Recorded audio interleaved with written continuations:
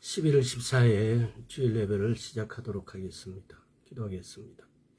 오 성령님 임하여 주옵소서. 성령님 임하여 주옵소서. 우리로 성령 충만케 하여 주시옵시고 성령으로 인하여 우리가 하나님과 교제할 수 있다는 사실을 알게 하여 주옵소서. 또한 주님의 인도함을 늘상 언제든지 항상 받는 자 되게 통치하여 주시옵소서. 우리의 생각, 우리의 발길대로 우리를 내버려 두지 마옵시고 주님의 인도하심에 따를 수 있도록 주여 은혜 베풀어 주옵소서. 감사드렸고 예수 그리스도 이름으로 기도드리옵나이다. 아멘. 11월 14일입니다. 11월 14일. 참 시간이 잘 가는 것 같습니다. 오늘은 지금까지 우리가 성령님에 대해서 알아보고 또 성령님이 어떤 일을 하시는가에 대해서도 다 이렇게 보았습니다. 그래서 우리는 성령 충만하게 되는 것이 어떤 것인가, 성령 충만하게 되기 위해서 우리에게 필요한 것은 무엇이고, 우리는 다시 한번 말씀드리자면은 갈급함이 필요하고, 갈망함은 우리가 창조할 수 없고 우리가 만들어낼 수 없기 때문에 기도로 주님 갈급함을 부어달라고, 또 우리가 성령 충만함을 받는 것 중에 말씀을 늘 읽고 말씀을 늘 가까이 해야 된다는 거. 그 다음에 또 한 가지는 성령님이 인격이시라는 거예요. 인격이시라는 것은 여러분도 하나의 인격, 저도 하나의 인격. 우리 인격이라는 것은 섭섭함, 또는 불편함, 좋아함, 이런 어떤 감정이 있다는 겁니다. 지정의를 갖고 있다 이 말입니다. 그래서 우리 안에 와 계신 성령님하고 우리의 관계가, 우리는 성령님을 때로는 섭섭하게, 때로는 이분을 무시하고, 우리 안에 와 계심에도 우리가 성령님을 이렇게 무시하고 있습니다. 이런 부분에 대해서 우리는 정말 신경을 써서 누군가가 나와 함께 있어도, 우리가 심지어는 집에 손님이 찾아오면은 그 손님을 놔두고 내가 예를 들어서 옷을 벗어서 또는 양말조차도 벗어가지고 이렇게 편하게 있지 못할 때도 있지 않습니까? 성령님이 나와 함께 계시는데 우리는 그분 앞에서 죄 짓는 어떤 행동들을 서슴없이 해요. 이런 부분들이 성령님이 섭섭해 하시고, 그렇게 함으로 인하여 우리가 충만되지 못하는 것, 그렇게 함으로 인하여 주님께서 우리에게 주시고자 하는 어떤 많은 것들을 우리가 얻지 못할 수가 있다는 사실입니다. 그래서 이런 부분에 대해서 여러분이 가장 인지를 해야 되는 어떤 부분이 있다면 그것은 성령님이 우리와 함께 있다는 사실입니다. 그리고 그분이 인격이라는 사실입니다. 그래서 내가 성령 충만 받고 내 힘으로 사는 것이 아니고, 우리 크리스찬은 자기의 힘으로 사는 존재가 아니고 하나님의 힘으로, 하나님의 능력으로 사는 존재입니다. 이걸 한번 생각해 보세요. 하나님의 능력으로, 하나님의 초월적인 어떤 힘으로 사는 존재가 믿지 않는 사람들, 자기 힘으로 사는 존재보다 못하다는 사실은, 우리는 이거는 어떻게 해석을 해야 될까요? 그래서 이런 부분들에 대해서 우리가 다시 출발점에 서서 회개하고 성령님을 더불어 살아가는, 그분과 함께 살아가는 인지와 또는 삶의 방법을 바꾼다면은 하루아침에 달라질 수 있지 않겠냐라는 것입니다. 그래서 오늘은 성령님의 교통함이 우리에게 주시는 변화를 한번 살펴보겠습니다. 사도행전을 보면은 사도들도 성령님이 임하고 난 다음에 그들의 삶이 엄청나게 변화가 되는 거, 불과 얼마까지 도마는 의심하고 막 이랬던 도마지만은, 그러나 성령님이 임하고 예수님께서 부활하시고 난 다음에 베드로가 한 말을 기억해 보십시오. 찌질하게 막 변명하고 예수님의 그 십자가에 못 박힘 앞에서 베드로도 3번을 부인해요. 그런 베드로가 과감하게 결단하고 일어서는 거, 이게 성령님이 교통함, 사귐이 일어난 이후의 변화예요. 근데 우리 삶을 보면은 우리도 분명히 성령 받고 방언도 하고 다 하는데 우리 삶에 변화가 없어요. 그래서 몇 시간이 걸릴지 모르겠지만은 사도행전을 가지고 성령을 쉽게 말하면 성령의 교통함, 성령님과의 사귐 이후에 사도들은 어떻게 변화됐으며, 그렇다면 우리도 그 변화에 동참하자는 겁니다. 그래서 사도행전을 가지고 먼저 요한복음 14장 12절을 한번 읽어보도록 하겠습니다. 내가 진실로 너희에게 이르노니 나를 믿는 자는 나의 하는 일을 저도 할 것이요 또한 이보다 큰 것도 하리니 이는 내가 아버지께로 감이니라. 우리는 과연 예수님이 가시면서 이렇게 하신 말씀에 우리가 오늘날 이루어내고 있느냐? 예수님은 그냥 이렇게 가시면서 그냥 네가 이렇게 할 것이다 라고만 하지 않으시고 그 할 수 있는 힘의 근원이신 성령님을 우리에게 보내주셨어요. 예수님이 왔다가 가셨다고 해서 우리가 뭘 그렇게 할 수 있겠어요. 근데 예수님은 그냥 이 말씀을 하신 것이 아니고 이 말씀을 하신 데는 책임을 지신 거예요. 그 능력과 힘을 우리에게 보내주셨다는 겁니다. 그래서 캐더린 쿨만 같은 경우는 집회할 때 그렇게 말했어요. 그 집회에 오는 모든 사람이 치유받을 그런 날이 올 것이다라고. 이 말의 뜻에는 그 현장에 대한 성령님에 대한 문제도 있겠지만은 주님이 오시기 전에 이런 일이 일어난다는 사실입니다. 주님이 오시기 전에 주의 이름으로 선포되어지는 모든 일들이 이렇게 일어날 것이라는 것도 포함되어 있습니다. 그래서 우리는 보면은 말씀을 읽을 때에 말씀에 우리말로 번역된 말씀에 우리말의 뜻 그대로의 가치만을 가지고 읽을 수가 있습니다. 그러나 히브리어로 된 원래 헬라어 히브리어 된 이 원래 성경의 말씀은 한 가지 뜻만 있는 것이 아니고 여러 가지의 뜻이 있다는 거. 예를 들어서 지난 시간에 말씀드렸잖아요. 구원을 얻을 것이다라고 했을 때 그 구원은 건강도 있고 치유도 있고 보호도 있고 안전도 있고 여러 가지 뜻이 있다고요. 근데 우리는 한 가지 뜻으로 그 뜻을 해석함으로 인해서 하나님의 말씀, 능력을 제한해 버릴 수 있다는 겁니다. 그래서 그러지 않도록 그래서 히브리 관점에서의 성경을 읽는 것이 굉장히 중요합니다. 때로는 그래서 우리가 만약에 우리가 다 히브리어를 읽고 해석하고 읽을 수 있는 능력이 있는 것이 아니기 때문에 그보다 더 중요하고 앞서 우리가 할 수 있는 것은 기도입니다. 말씀을 붙잡고 기도하면은 내 안에 성령님을 깨우는 것입니다.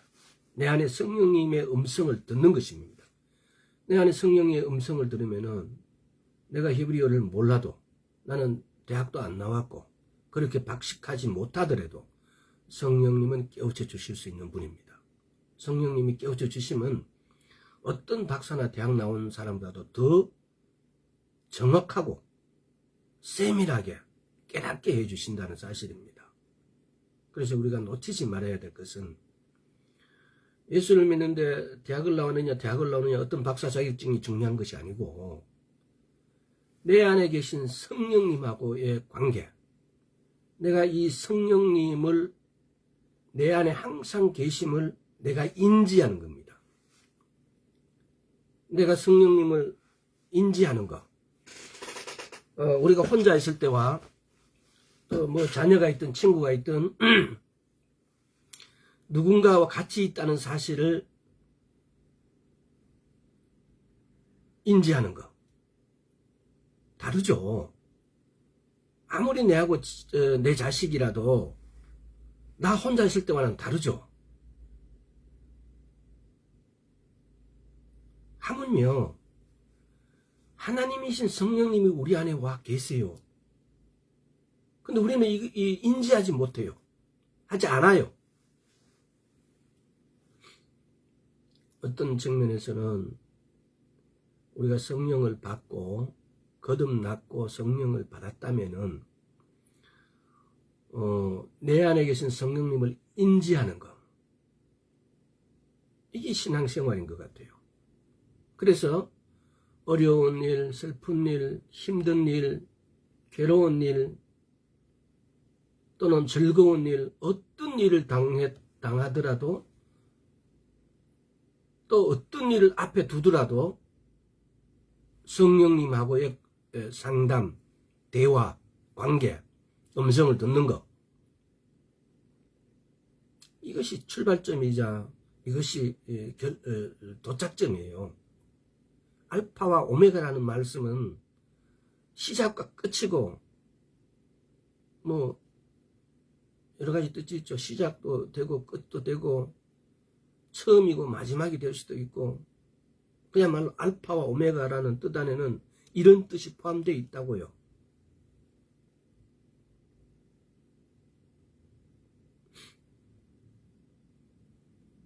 알파와 오메가라는 뜻보다는 알레프와 타브라고 해야 되겠죠.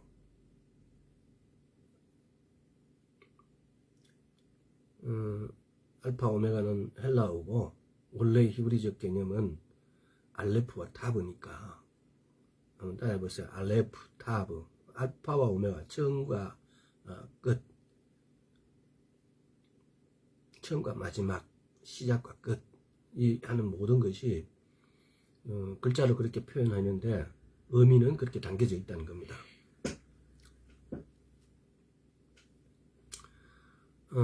성경에 등장하는 사람들 위해 성령님께서 임하셨을 때 그들은 어떻게 언어와 예배와 그리고 외모까지도 변화되는지에 대한 많은 예가 성경에 기록되어 있습니다. 근데 거기다 우리 자신을 이렇게 대입해 보면은 사도들은 이렇게 잘 변화된 것 같고 이렇게 성경은 이렇게 기록되어 있는데 우리 자신은 참 잘 안 변한 것 같아요. 변화가 없는 것 같아요. 오직 나의 힘으로 살아가는 것 같아요. 오직 나의 노력으로 살아가는 것 같아요. 그리고 얼마나 우리가 말씀에 예를 들어서 집념, 말씀에 몰두, 말씀적인 어떤 말씀에서 나의 어떤 길이 말씀 위에 서 있는 게 아니고 이 세상적인 어떤 법칙에 내가 서 있는지, 우리가 이런 일을 대화할 때도 우리의 변화를 느낄 수도 없고 감지할 수도 없고, 오늘날 많은 크리스찬들이 사실은 저부터도 그런 것 같아요. 그래서 우리는 사도행전을 보면서 우리가 나가 이렇게 기도하고 내가 이렇게 믿고 내가 이렇게 했는데 왜 나에게는 하나님의 은혜가 임하지 않을까? 때로는 나는 또 은혜가 임하는 건 두 번째 치더라도 왜 나는 변화되지 않을까? 이런 부분이죠.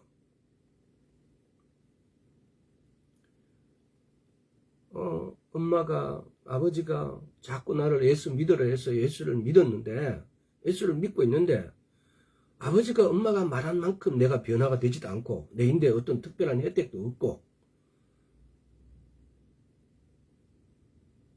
나는 또 열심히 믿어보려고 하는데 또 왜 믿어야 되는지도 잘 모르겠고 쉽게 말하면 이런 변화가 내 마음으로부터의 성령님의 역사하시는 어떤 용서 넘치는 어떤 이런 은혜가 이렇게 작용하지 않는다는 거죠.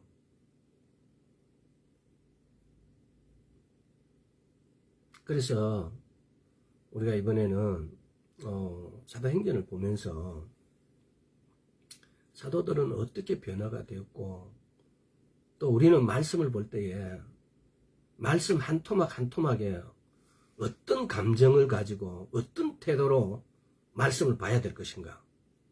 말씀 속에 말씀이라는 것이 그렇잖아요. 한번 생각해 봐야 되는 것이 그러니까 BC 한 3500년 전, 이게 왜냐면은 아브라함이 출애굽부터가 말씀이 거의 시작이 돼요. 왜? 아브라함이 아니라 모세가 출애굽을 할 때인데 시작은 아브라함 때부터 거의 시작이 돼요. 그래서 모세가 말씀을 토라를 봤는데 그 토라의 내용이 그것을 천지를 창조함부터 시작해서 인간 역사는 거의 아브라함부터 대를 이렇게 쭉 이렇게 내려와요. 그것부터 우리 대부분이 이제 물론 그 전에도 태초에 하나님이 아담부터 시작했고 다 역사가 이렇게 시작되잖아요. 그런데 어쨌든 간에 한 3500년 전부터 이게 기록되기 시작했다 말씀이. 그래서 그때의 역사 기준으로 이렇게 쓰여진 말씀을 우리는 보고 있는 거죠. 그래서 사도행전 같은 경우를 보면은 장마다 보면은 성령님하고의 교통함이 있어요. 그래서 사도들이 겪었던 어떤 극적인 일들을 이렇게 기록하고 있는 거죠. 그런데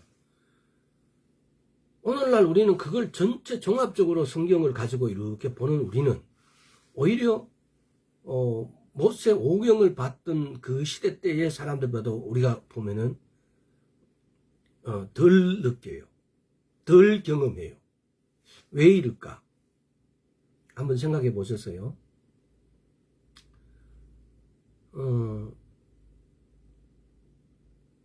토라를 모세 오경을 갖고 있을 때의 토라 시대 때의 사람들은 거의가 이 토라를 손에 갖지를 못했어요. 제사장 이외에는. 근데 오늘날 우리는 만인 제사장이라고 해서 모든 사람이 제사장의 권위를 가지고 그 능력을 가지고 성경을 다 갖고 있어요. 그런데도 오히려 그때 제사장들을 통해서 이렇게 성경에 나오는 어떤 주인공들을 이렇게 보면은 오늘날만큼 우리만큼 말씀을 많이 갖고 있지도 못했어요. 그런데도 그분들이 겪었던 어떤 은혜나 능력 측면은 대단하죠.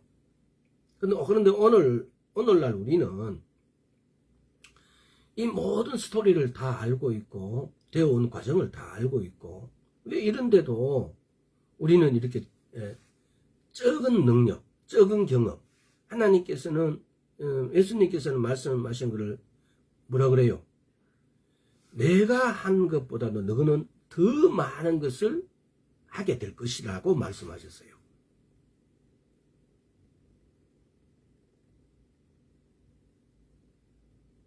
나보다 더 많은 것을 너는 하게 될 것이라고. 이거는 요한복음 14장 펴졌으니까 13절에도 보면은 너희가 내 이름으로 무엇을 구하든지 내가 시행하려니 이는 아버지로 하여금 아들로 인하여 영광을 얻으시게 하려 함이라. 15절 너희가 나를 사랑하면 나의 계명을 지키리라. 또 14절 내 이름으로 무엇이든지 내게 구하면 내가 시행하리라. 또 보면은 이 요한복음을 이렇게 읽어보면은 예수님께서는 내가 한 것보다 너희는 더 하리라고 이렇게 말씀하시는데, 오늘날 우리는 보면은 이렇게 허망한 것 같아요. 아무 능력도 아무 권위도 권능도 받은 바가 없는 사람 같이. 왜 우리가 이렇게 예수를 믿고 있을까요? 그래서 이번에 우리가 성령님하고의 교통함, 사귐이 우리인데 어떤 변화를 주는지 사도행전을 통하여 우리가 보고 배워서 우리도 변화가 되자고요. 우리도 변화가 되어야 됩니다. 우리가 말씀대로 얼마든지 변화될 수 있고 얼마든지 능력과 권위를 주님께서는 예수 이름으로 이렇게 우리에게 주신다고 말씀하셨는데, 예수님이 거짓말쟁인지 아니면은 우리가 예수님의 말씀대로 하지 않았는지를 확인하면 되잖아요.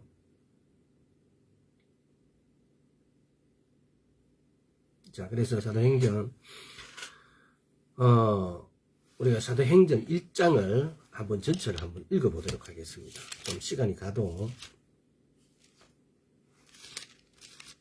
오늘 할 내용이 사실은 많은데 이렇게 하면 다 못하는데 빠르게 읽도록 하겠습니다. 데오빌로에 내가 먼저 쓴 글에는 무릇 예수의 행하시며 가르치시기를 시작하신부터 그의 택하신 사도들에게 성령으로 명하시고 성천하신 날까지 이를 기록하였노라. 해 받으신 후에 또한 저희에게 확실한 많은 증거로 친히 사심을 나타내사 40일 동안 저희에게 보이시며 하나님 나라의 일을 말씀하시니라. 사도와 같이 모이사 저희에게 분부하여 가라사대 예루살렘을 떠나지 말고 내게 들은 바 아버지의 약속하신 것을 기다리라. 요한은 물로 세례를 베풀었으나 너희는 몇 날이 못되어 성령으로 세례를 받으리라 하셨느니라. 저희가 모였을 때에 예수께 묻자와 가로되 주께서 이스라엘 나라를 회복하심이 이때니까 하니 가라사대 때와 기한은 아버지께서 자기의 권한에 두셨으니 너희의 알 바 아니오. 오직 성령이 너희에게 임하시면 너희가 권능을 받고 예루살렘과 온 유대와 사마리아 땅끝까지 이르러 내 증인이 되리라 하시니라. 이 말씀을 마치시고 저희 보는 데서 올리고 가시니 구름이 저를 가리고 보이지 않게 하더라. 올라가실 때에 제자들이 자세히 하늘을 쳐다보고 있는데 흰옷 입은 두 사람이 저희 곁에 서서 가로되 갈릴리 사람들아 어찌하여 서서 하늘을 쳐다보느냐. 너희 가운데서 하늘로 올리오신 이 예수는 하늘로 가심을 본 그대로 오시리라 하셨느니라. 제자들이 감람온이라 하는 산으로 부터 예루살렘에 돌아오니 이 산은 예루살렘에서 가까워 안식일에 가기에 알맞은 길이라. 들어가 저희 요한은 다락에 올라가니 베드로, 요한, 야고보, 안드레와 빌립, 도마와 바돌로메, 마테와 알페오의 아들 야고보, 셀로딘, 시몬, 야고보의 아들 유다가 다 거기 있어 여덟과 예수의 모친 마리아의 예수의 아우들과 더불어 마음을 같이하여 저녁 기도에 힘쓰니라. 모인 무리수가 120명이나 되더라. 그때에 베드로가 그 형제 가운데 일어서서 가로되 형제들아 성령이 다윗의 입을 어떡하여 예수 잡는 자들을 지로한 유다를 가리켜 미리 말씀하신 성경에 응하였으니 마땅하도다. 이 사람이 본래 우리 수 가운데 참여하여 이 직무의 한 부분을 맡았던 사람. 이 사람이 불의의 삭서로 밭을 사고 후에 몸이 곤두박질하여 배가 터져 창자가 다 흘러나온지라. 이 일이 예루살렘에 사는 모든 사람이 알게 되어 본 방언에 그 밭을 이르되 아겔다마라 하니 이는 피밭이라는 뜻이라. 시편에 기록하시되 그의 거처로 황폐하게 하게 하시며 거기 거하는 자가 없게 하소서 하였고 또 올렸으되 그 직분을 타인 취하게 하소서 하였도다. 이러므로 요한의 세례로부터 우리 가운데 올리워 가신 날까지 주 예수께서 우리 가운데 출입하실 때에 항상 우리와 함께 다니던 사람 중에 하나를 세워 우리로 더불어 예수의 부활하심을 증거할 사람이 되게 하여야 하리라 하거늘 저희가 두 사람을 천하니 하나는 바사바라고도 하고 별명은 유스도라 하고 하는 요셉이요 하나는 마띠아라. 저희가 기도하여 가로되 무사람의 마음을 아시는지요 이 두 사람 중에 누가 주의 택하신 바 되어 봉사와 및 사도의 직무를 대신할 자를 보이시옵소서. 유다는 이를 버리옵고 제 곳으로 갔나이라고 제비 뽑아 마띠아를 얻으니 저가 11사도 수에 가입하니라. 여기서 보면은 우리가 보면은 그 4절을 한번 봅시다. 사도와 같이 모이사 저희에게 분부하여 가르치되 예루살렘을 떠나지 말고 내게 들은 바 아버지의 약속하신 기다리라. 예루살렘을 떠나 약속을 기다리라 그래요. 왜 기다리라고 그랬을까요? 이유가 5절에 있는 거죠. 요한은 물로 세례를 베풀었으나 너희는 몇 날이 못되어 성령으로 세례를 받으리라. 성령 세례 받기 위해서.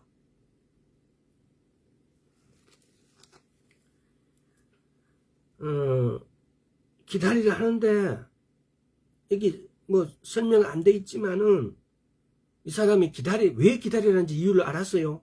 몰랐어요. 아무것도 몰라서 기다리라고 이렇게 하니까 기다린 거예요. 이 말은 다시 말하면은 예수님의 말씀을 이때의 사도들이나 이런 사람들은 120명이 모인 무리수가 15절 보면 무리수가 한 120명이라고 그러잖아요. 이 사람들은 예수님의 말씀을 귀로만 듣는 것이 아니고 마음으로 들었다는 겁니다.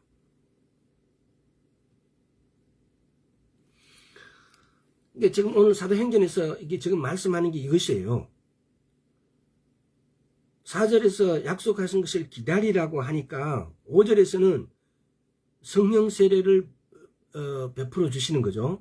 근데 이 성령 세례를 베풀어 주시는 것을 이 사도들은 여기에 있는 120명의 문도들은 그냥 허투루 듣지 않았다는 겁니다. 마음으로 들었다는 겁니다. 그냥 귀로 들은 것이 귀로 들은 말로 만족하지 않고 마음으로 들었기 때문에 여기서 떠나지 않고 기다리는 겁니다. 과연 오늘 우리에게 이런 자세가 되어 있는지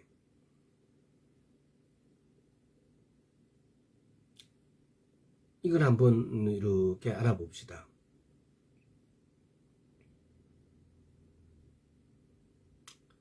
마음으로 듣는 거. 또 여기서 성경적으로 보면 120이라고 했는데 120명을 보면은 시간이 한번 120명을 옛날에 지금도 보면은 우리 창세기 6장에 보면은 창세기 6장을 한번 펴볼까요? 그러니까 이 성경을 읽다 보면은 성경에서 모르는 부분, 왜 그랬는지 이유를 잘 모르는 부분이 많아요. 자, 창세기 6장 3절에 보면은 여호와께서 가라사대 나의 신이 영원히 사람과 함께하지 아니하리니 이는 그들이 육체가 됨이라. 그러나 그날의 일은 그들의 날은 120년이 되리라 하시니 120이라. 지금까지 우리는 보면은 120이라는 숫자에 이렇게 해서 120년까지 우리가 이렇게 산다라고 우리의 어떤 이 땅에서 어떤 생명 수명이 120년이 된다라는 이런 쪽으로 해석을 많이 해왔어요. 그래서 역대하 5장 12절도 보면은 솔로몬의 성전을 예를 들어서 완성하고 난 다음에 나팔수들, 쉽게 말하면은 제사장들 숫자가 120명이었다. 또 육신의 나이가 마감하는 숫자다. 또 뭐 성령 시대를 시작하는 숫자, 뭐 그럴 수도 있어요. 120명. 그러나 이걸 야살의 책을 보면은 오늘 내가 한번 읽어 드릴게요. 야살의 책을 보면은 야살의 책은 여호수아라든가 이런 데에 보면은 야살에 대한 책이 나와 있어요. 또 디모데 후서입니까? 얀네와 안브레. 이게 야살의 책에는 실제로 야살의 책에서 인용한 거예요. 그래서 나중에 좀 더 상세하게 이 부분을 말할 때가 있겠지만은 야살의 책에서 이 부분을 한번 찾아볼게요. 그래서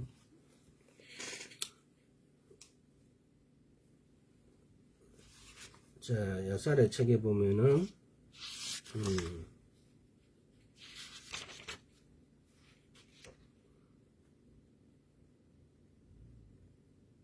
내가 한번 읽어볼게요. 들을 테니까.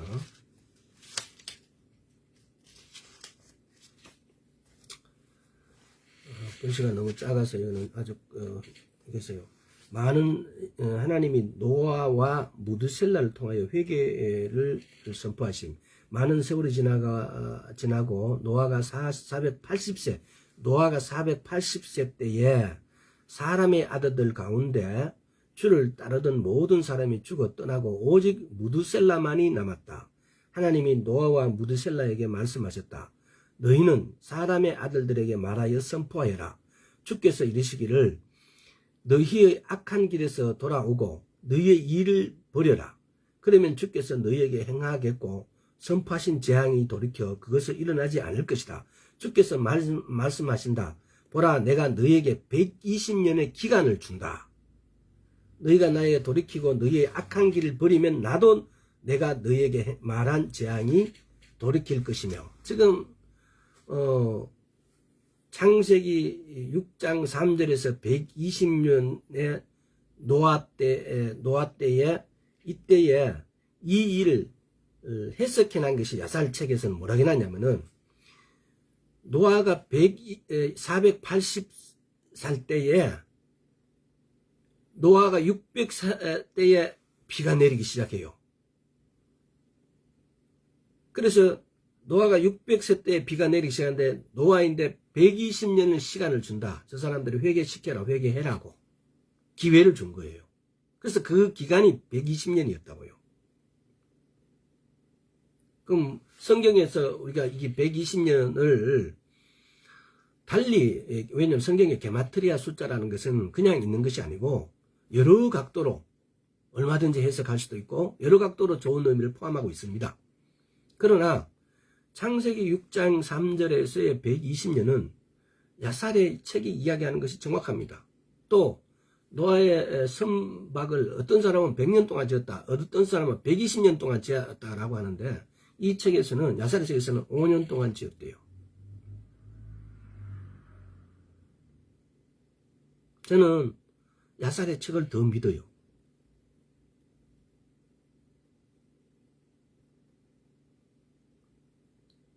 그런데 여기서 우리가 오늘 한번 살펴본 것은 나중에 이런 부분에도 그런 부분에 해당 구절이 나오면 얼마든지 제가 찾아서 설명을 해드리겠습니다. 이 야살의 책을 읽어보면은 정말 재미있어요. 왜? 창세기를 확대 해석한 거니까. 창세기에는 창세기 자체를 갖다가 굉장히 압축하고 압축해서 소소한 일들은 사실 우리가 잘 모르잖아요. 어떻게 기록되어진 게. 성경 전체가 때로는 그렇잖아요. 어떤 한 사람의 역사가 한 줄도 안 돼요. 다윗 왕이 몇 년 동안 통치를 했는데 40년 동안 통치를 했는데 근데 다윗 왕이 통치 기록이 그렇게 많지는 않잖아요. 또 다른 왕들은 예를 들어서 성경에 보면은 가장 통치를 많이 한 왕이 55년 동안 통치를 했어요. 므낫세 왕인가. 근데 그것도 아주 악했기 때문에 그 기록되지. 많은 분들은 뭐 이렇게 별로 통치하는데 별로 그렇게 한 줄도 안 되는 부분들이 많아요. 그렇게 압축됐다는 겁니다. 그래서 오늘은 하여튼 주제하고 포커스를 맞춰서 이 120년 동안을 기간을 준 거죠. 너 그 악을 버리라고. 그러면 그때의 악은 도대체 어떤 종류의 악이었냐 이러면요. 지금 보면은 이 보면은 그 앞에 보면은 사람의 아들들의 죄악이 뭐였냐고 이렇게 하면요. 모든 사람이 자신을 위하여 신을 만들고 이웃과 친척. 오늘 제가 이렇게 이 부분을 읽어 드리는 이유는 우리도 이 부분 때문에 성령님의 역사를 가로막을 수 있다는 겁니다. 우리가 이렇게 예수를 믿고 성령을 받았고 다 했는데 왜 오늘날 우리에게는 염려 근심만 우리 편이고 내 안에 계신 성령님과 교통함으로써 이루어질 수 있는 성령님하고 사귐음으로써 우리에게 오는 어떤 변화가 일어나지 않는가에 대한 문제입니다. 그래서 노아 때에 이렇게 일어난 죄 중에 오늘 우리는 이 죄악에 우리가 역시 걸려 있는 건 없는지, 왜 노아는 노아 때에 그 많은 사람들은 다 물에 빠져 죽어야 했는지, 왜 120년 동안의 기간을 준 건데, 오늘날 우리는 이 원어적인 개념에서 멀리 떠나서 해석하니까 120년을 이상하게 해석을 해서 오히려 짊어지지 않아야 될 짐을 우리가 짊어지게 됩니다. 성경을 잘못 해석하게 되어지면은 우리가 받을 복은 못 받고 받지 말아야 될 벌을 우리가 받게 된다는 겁니다. 짐을 짊어지게 된다는 겁니다. 그래서 이때 노아 때에 받을 벌이 뭐였냐? 모든 사람이 자신을 위하여 신을 만들고 이웃과 친척, 또 모든 사람으로부터 도둑질을 약탈했다. 그들은 땅을 더럽혔고, 두 번째가 도둑질 약탈 땅 더럽혔고 땅에 폭력을 가득했다. 또 세 번째, 그렇게 그들의 재판장들과 지도자들이 사람들의 딸들에게 가서 그들이 원하는 대로 그들의 남편으로부터 그들의 아내를 강제로 빼앗았다. 이게 네피림인들이 한 그런 내용. 오늘 또 우리인데 간음, 간통 이런 문제. 그리고 그 시대에 사람의 아들들이 땅의 가축들과 들의 짐승들과 공중의 새들을 데려다가 한 종류와 다른 종류의 동물들을 썩는 것을 가르쳐 주를 노엽게 하였다. 주로 그 밑에 또 하나님이, 그러니까 예를 들어서 품종 개량하는데 너무 많은 동물과 이런 그 파충류들을 이렇게 우리가 쉽게 너무 품종 개량을 하는 게 이게 큰 죄라는 겁니다. 하나님이 온 땅을 보시니 모든 육체, 모든 사람과 모든 동물이 땅을 더럽혀서 온 땅이 더럽혀졌다. 주께서 말씀하셨다. 내가 지면에서 창조한 사람을 지워버리겠다. 자, 요 부분들이 크게 다시 한번 요 5가지 죄악의 크게 5가지, 크게 4가지, 5가지, 크게 4가지네, 그죠? 모든 사람이 자신을 위하여 신을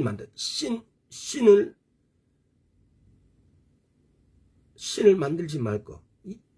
나 외에 다른 신을 섬기지 말라는 겁니다. 또 모든 사람이 도둑질 약탈하지 말라는 겁니다.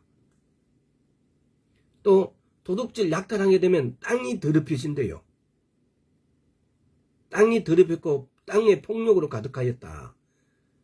또 세 번째는 뭐냐면 그들의 재판장들과 지도자들이 사람들의 딸들에게 가서 그들이 원하는 대로 그들의 남편으로부터 그 아내를 강제로 뺐었다. 이 네피림들이 하는 건데, 오늘날 우리나라의 판검사들, 변호사들 정말 정신 차려야 됩니다.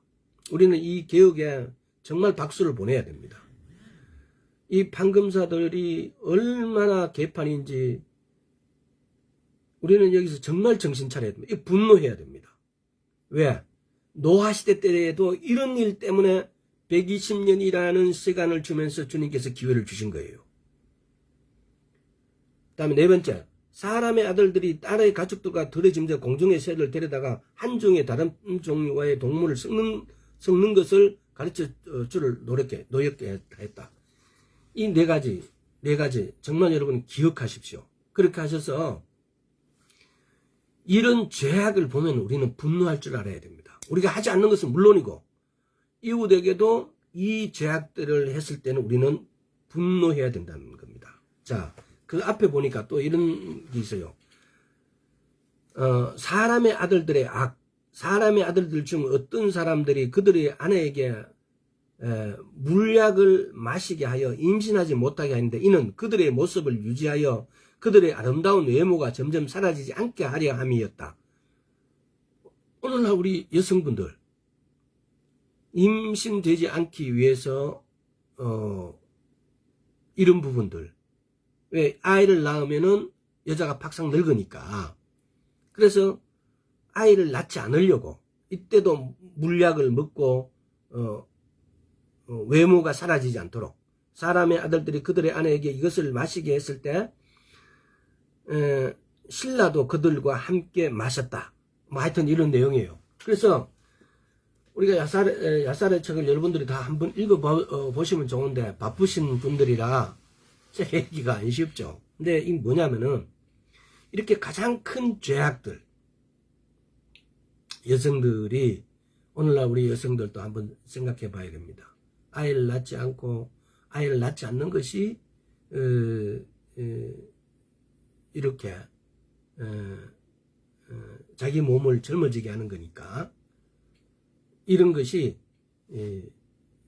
악이었대요. 잠언을 한번 볼까요?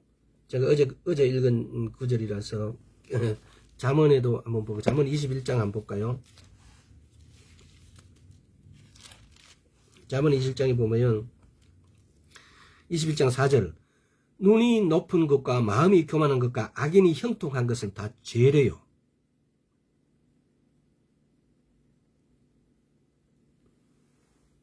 눈이 높은 것과 마음이 교만한 것과 악인이 형통한 것은 다 죄라고 그럽니다.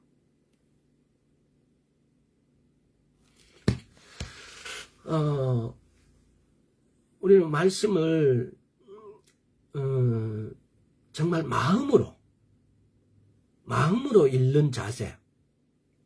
그냥 말씀을 쭉 읽으면 그냥 우리가 너무 거칠어져 있어요. 우리의 마음들이, 생각들이. 그래서 악과 죄가 별로 그렇게 악과 죄로 보이지 않아요.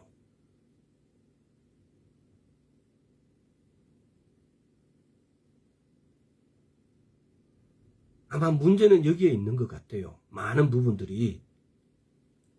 그래서 여러분, 말씀을 읽을 때에 말씀 토막토막이 내 가슴을 후비에 파고 들어와야 되는데, 근데 이게 그렇게 되지 않는 것은 우리 마음이 너무 거칠어져 있는 거예요. 왜? 욕심이 마음을 다 덮고 있으니까. 그래서 욕심을 제거해야 됩니다.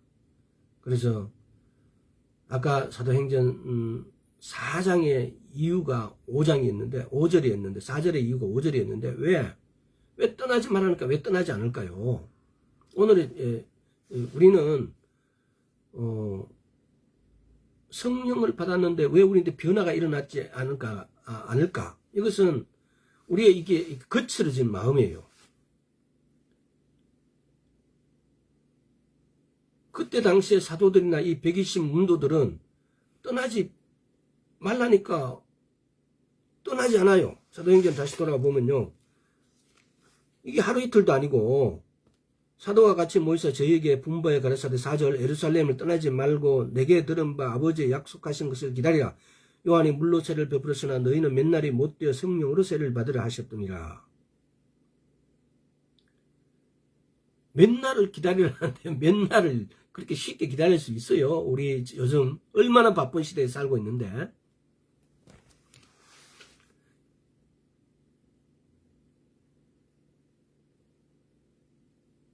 우리 거칠어진 마음에 예수피를 부릅시다. 예수피로 예수피로 예수피로 예수피로. 자, 따라하세요. 예수피로 예수피로 예수피로. 마음은 깨끗하게 되어질지어다. 마음밭은 깨끗하게 되어질지어다. 예수피로 예수피로 예수피로. 우리 마음을 깨끗하게, 우리 욕심이란 것이 그냥 덮고 있어서 보이질 않는 거예요. 그래서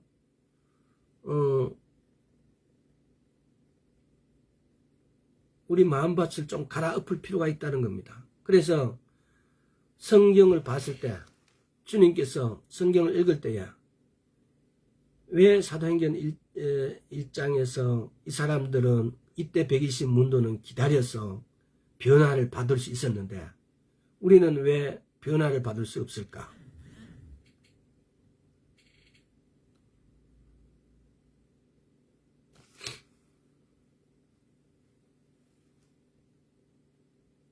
또 다시 한번 볼까요? 우리가 보면은 조금 전에도 제가 읽어드렸죠. 사도행전 장마다 성령님의, 우리가 오늘 주제인 게 뭐냐면 성령님과의 교통함, 사귐이 우리한테 주는 변화예요. 교통함이 교제, 이게 헬라어로는 코이노니아라고, 어떤 교회나 보면은 강대상에다가 코이노니아 이렇게 써놨어요.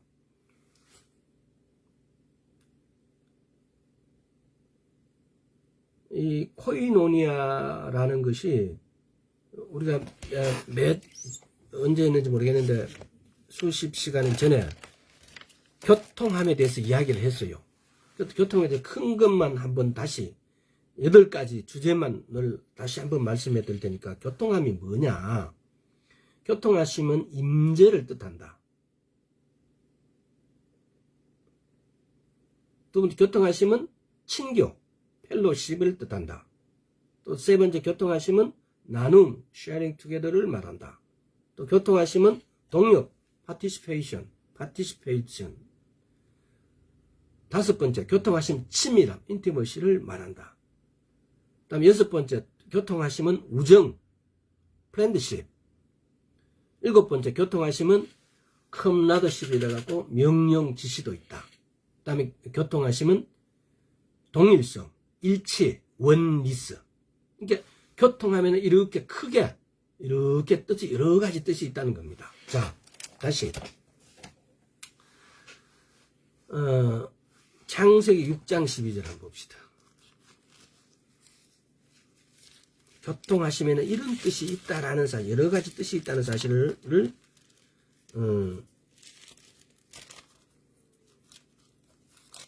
6장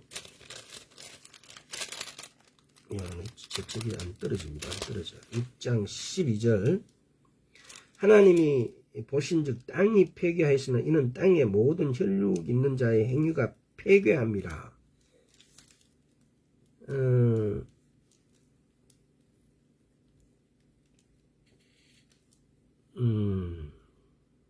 일단 노아 시대 때에 이렇게 이 이야기를 제가 갑자기 생각나서 이렇게 이 구절을 하는데 좀 문맥이 좀 연관이 없는 것 같은 생각이 뚝 드는. 근데 갑자기 왜 이 생각이 들었을까요? 다 주님의 뜻이라 생각하고 폐괴하다 이걸 영어로는 콜룹이라고 그러죠. 콜룹. 이게 보면은 오컬트 영역이에요. 오컬트 영역이 인간 세계에 이렇게 침입하는 거. 오컬트를 갖다가 다른 말하면 비학이라 그러죠. 비학. 쉽게 말하면은 숨기다는, 비학이란 말은 숨기다는 이런 뜻이에요. 오컬트 우리는 이런 말을 하는데 오컬트는 숨기다 이렇게 한자어로 이야기하면 비학이라는데, 부패하다, 이게 폐괴하다 이 말은 오컬트 영역이다 이 말이에요. 인간의 생각이 부패하고 또 폭력이 난무하고 성적 타락, 성도착 등 이런 것을 갖다가 이야기하는 겁니다. 그러니까 아마 이런 악이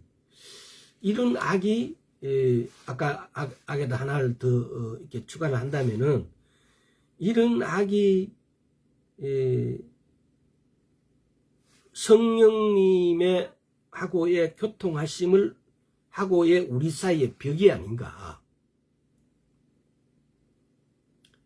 이 벽들이 우리가 성령을 받아서 우리 안에 성령을 모시고 삶에도 불구하고 옛날에 쉽게 말하면은 예수님 오시기 이전의 사람들 또는 예수님이 오셨을 때의 12제자 120문도에처럼 우리는 그런 사람들보다도 더 빛을 더 못 받고 사는 사람 같다 이 말이에요.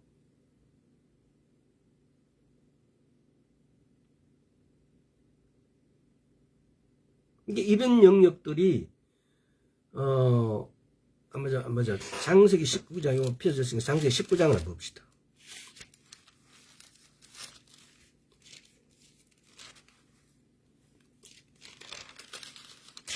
창세기 19장 1절부터 쭉 하면 10몇 절까지 읽어보겠습니다. 날이 저물 때 그 두 천사가 소돔에 이르니 마치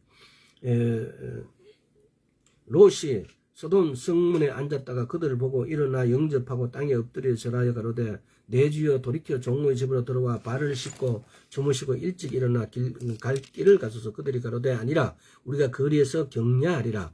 롯이 간청하며 그제야 돌이켜 그 집으로 들어오는지라. 롯이 그들을 위하여 식탁을 베풀고 무교병을 구우니 그들이 먹으니라. 그들이 눕기 전에 그 성사람 곧 소돔 백성들이 물은 노소하고 사방에서 다 모여 그 집을 에워싸고 롯을 부르고 그에게 이르되 이 저녁에 내가 온 사람이 어디 있느냐, 내게 온 사람이 어디냐, 이끌어내라. 우리가 그들을 상관하리라. 상관하는 게 뭐냐면 동정하겠다 이 말이에요. 롯이 문 밖에 무리에게로 나가서 뒤로 문을 닫고 이르되 청하노니 내 형제들아 이런 일을 행치 말라. 내게 남자를 가까이 아니한 두 딸이 있노라. 청컨대 내가 그들 너희에게로 이끌어내리니 너희 눈에 좋은 대로 그들에게 행하고 이 사람들이 내 집에 들어왔은즉 이 사람에게는 아무 짓도 하지 말라. 이렇게 하실 수 있을까요? 자기 딸을. 그들이 가로되 너는, 그러니까 롯이 우리는 때로는 비겁하다 그러고 자기 아브라함과의 어떤 이런 관계만 이렇게 이야기했는데, 과연 우리인데 이런 신앙이 있을까요? 롯이 어려운 사람이라 그랬다고 우리는 보면은 왜 롯을 보고 어려운 자라고 하느냐고 욕하는 사람도 있었어요. 베드로가 자기도 나중에 베드로 후서입니까 전서입니까 보면은 베드로가 롯을 이렇게 어려운 롯을 칭찬하니까 베드로도 배신 한번 했기 때문에 그래서 롯을 어려운 자라 한다라고 하는 설교하는 분들 내가 들었어요. 여러분 이 구절 한번 읽어보세요. 내게 남자를 가까이 아니한 두 딸이 있노라. 청컨대 내가 그들 너에게로 이끌어내리니 너희 눈에 좋은 대로 그들을 행하고 이 사람들을 내 집에 들어왔은즉 이 사람에게는 아무 짓도 하지 말아라. 이 사람이 누군지도 이때 롯은 잘 모르잖아요. 근데 이 사람들을 자기 집에 온 사람을 보호하기 위해서 제 딸을 주겠다고요. 어려운 롯이 아니면 어떻게 이렇게 할 수 있어요? 베드로 웃습니까? 롯 보고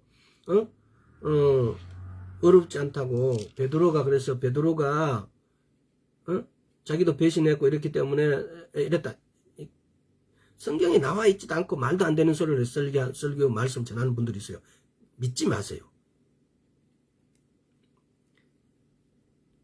그들이 가로되 너는 물러나라. 또 가로되 이놈이 들어와서 우감해서 우리의 법관이 되려 하는도다. 이제 우리가 그들보다 너를 더 헤아리라 하고 롯을 밀치면 가까이 나와서 그 문을 깨철하는지라. 그 사람들이 손을 내밀어 롯을 집으로 끌어들이고 문을 닫으며 문 밖에 무리로 물은 대수하고 그 눈을 어둡게 하니 그들이 문을 찾느라고 공부했더라. 그 사람들이 롯에게 이르되 이외에 내게 속한 자가 또 있느냐. 내 사위에는 자네가 성중에 내게 속한 자들이 다 성 밖으로 이끌어내라. 그들에 대하여 부르짖음이 여호와 앞으로 크므로 여호와께서 우리로 이것을 멸하러 보내셨으니 우리가 멸하리라.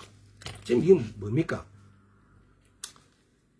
이런 일, 동성애 하는 거, 이런 것이 우리로 성령의 교통하심이 우리에게 주는 변화를 막는 거라 이 말입니다. 또 누가 사무실에서 전화가 갑자기 뭐 조사한다고 그랬는가. 자, 누가복음 17장 26절에서 30절. 노아 때에 된 것 같이 인자의 때에도 그리하리라. 노아가 방주에 들어가던 날까지 사람들이 먹고 마시고 장가들고 실가되는 홍수가 나서 저희들 다 멸하였으며 또 롯의 때와 같으니 사람들이 먹고 마시며 사고 팔고 심고 집을 짓더니 롯이 소돔에서 나가던 날에 하늘로서 불과 유황이 비오듯 하여 저희를 멸하였느니라. 인자에 나타난 날에도 이러하리라. 지금 이거는 인자에 나타날 때 이러하리라는 것만 이야기하는 게 아니고 지금 오늘 주제에 보면은 쉽게 말하면은 동성애 뿌리는 교만과 방종이라 그래요. 또 타인에 대한 어떤 무관심, 이게 타인에 대한 어떤 무관심, 동성애. 조금 전에 롯의 때에 이 어떤 이게 한국도 동성애였고, 여기 보면은 이 동성애가 죄악 중에 가장 큰 죄악 중에 하나다 이 말이에요. 에스겔서 한번 볼까요? 에스겔서 16장.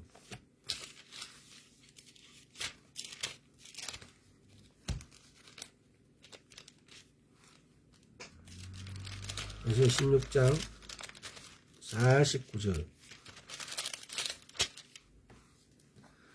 네아와 소돔의 죄악은 이라니 그와 그 딸들의 교만함과 식물의 풍족함이 태평함이 있으며 또 그가 가난하고 궁핍한 자를 도와주지 아니하며. 이웃에 대한 무관심, 가난하고 궁핍한 자를 도와주지 아니한 것, 이것이 소돔의 죄악이래요. 소돔을 멸망시킨 죄악이래요. 우리가 그래서 오늘 왜 이런 죄악들, 이웃에 대한 어떤 무관심, 동성애, 아까 또 야살의 책에서 야살의 책에서 네 가지 모든 사람부터 도둑질하고 약탈. 첫째, 모든 사람이 자신을 위하여 다른 신을 섬기는 거. 도둑질하고 약탈하는 거. 자, 한번 써봐요, 여러분들. 다른 신을 섬기는 거. 도둑질, 약탈. 세 번째, 재판장들이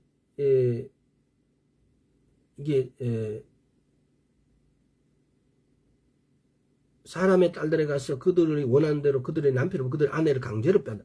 이거 오늘날 너무 아내를 갖다가 남의 아내를 강제로 뺏는 거. 우리 인간 이게 네피림들이 하는 건데 이건 사실 우리 세상에도 지금도 이런 일들이 있어요. 또 사람의 아들들이 가축 같은 이런 것들을 다른 종과의 교배, 성적 타락이죠. 이런 것들, 뭐 동성애도 성적 타락이지만은 이런 부분에 대해서 이런 부분들이 하나님하고 우리 사이에 내 사이를 갈라지게 하는 겁니다. 이사야서 58장입니까?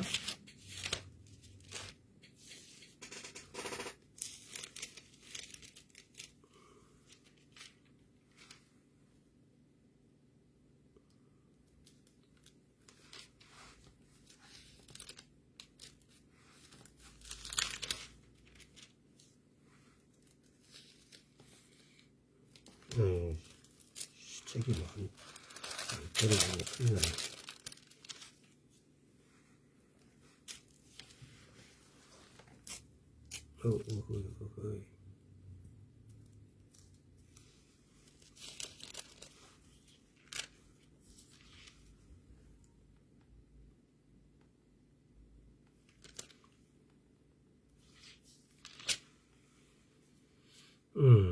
아, 59장 1절 여호와의 손이 짧았고 은지 못하심도 아니요 귀가 둔하여 듣지 못하심도 아니라 오직 너희 죄악이 너희와 너희 하나님 사이를 내었고 너희 죄가 그 얼굴을 가리워서 너희를 듣지 않으시게 함이니. 우리 죄악이 이런 죄악을 지으면은 하나님 사이를 내었고 너희와 너희 하나님 사이를 우리 하나님 사이에 이 죄악들이 딱 막아서 가지고 하나님을 만나지 못하게 한다 이 말입니다.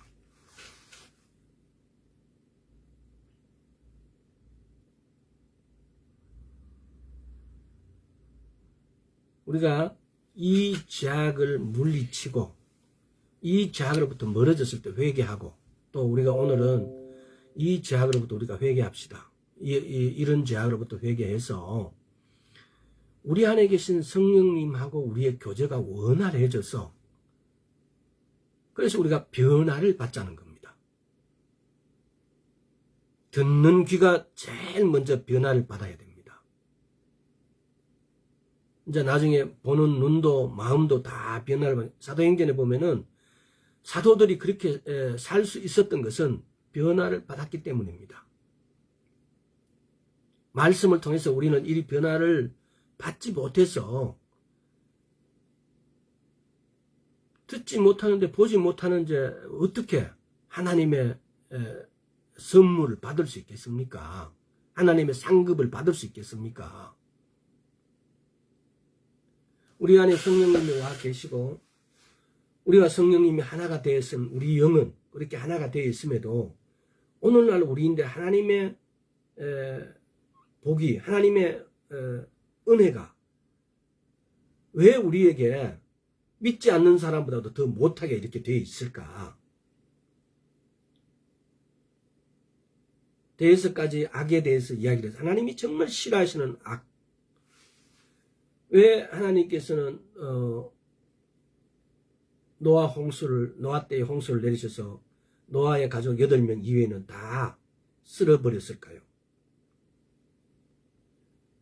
그랬을 때 그들의 악에는 그들의 지었던 악이 다른 신을 섬기고 다른 종자를 만들고 남의 아내를 강제로 범하고, 이런, 설명했던 이런 네 가지, 또, 동성애, 이런 것들이, 이런 악이, 우리 생각 속에, 우리 마음 속에, 나도 모르게 자리 잡고 있다면은, 이 악을 없앰으로써 우리가 하나님께 가까이 갑시다. 그래서, 우리 귀를 열어주십사 하고, 사도행전에 보면 사도들은 이 귀를 열어서 며칠을 기다리라니까 그냥 며칠 기다려요. 그래서 성령을 받아요. 구원을 받는 것과 성령을 받는 것은 차이가 있습니다, 여러분. 사도행전 2장 38절. 이것도 다음 시간에 해도 되는데 시간이 다 됐는데. 하여튼 한번 봅시다. 사도행전 2장 38절요. 자, 베드로가 그랬되 너희가 회개에 각각 예수 그리스도 이름으로 세례를 받고 제사함을 얻으라. 그리하면 성령을 선물로 받으리라. 오늘 여기까지만 할게요. 자, 여기서 보면은 회개하고 예수 그리스도 이름으로 세례를 받고 제사함을 받는 것, 이것이 구원입니다.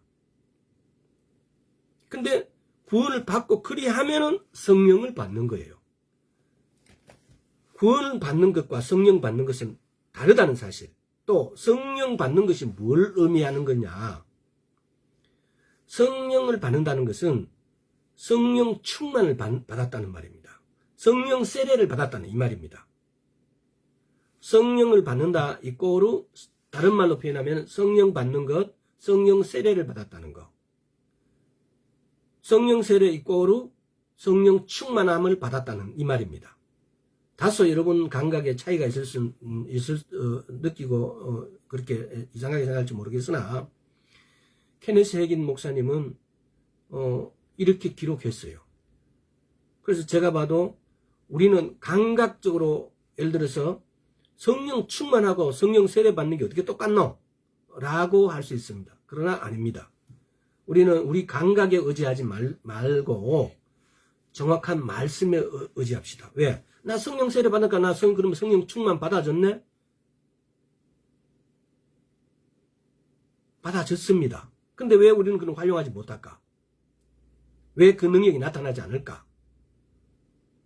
바로 오늘 말씀드렸던 이런 악들이 우리 주위를 이렇게 꽉, 이사야서 59장에서 우리와 하나님 사이에 이 죄악이 가로막고 있다는 사실입니다. 자, 오늘 여기까지 하겠습니다. 여러분, 이 죄악들을 청소합시다. 깨끗하게 합시다. 그래서 변화를 받읍시다. 변화를 받아들입시다. 하나님의 말씀을 듣는 방식에 변화를 우리가 받아들입시다. 그래서 우리 귀가 열려질 수 있도록 하나님의 말씀을 제대로 들을 수 있도록 오늘 여기까지 하겠습니다. 주님 감사드립니다. 우리가 주님의 말씀을 제대로 받아들일 수 있는 귀를 뚫어주시옵소서. 그리하여서 주의 말씀이 우리의 생명임을, 주의 말씀이 우리가 행할 바임을 우리가 깨닫게 하여 주옵시고, 또 주의 말씀을 듣는 귀로 허락하셔서 주님 이 땅에 하나님 나라를 만들어가는데 우리가 힘을 다할 수 있도록 주여 은혜 베풀어 주옵소서. 감사드리옵고 예수와 그리스도 이름으로 기도드리옵나이다. 아멘. 오늘 여기까지 하겠습니다. 승은아, 하여튼 이 말씀 들었으니까 이제 혹시 궁금한 게 있으면 전화 주십시오.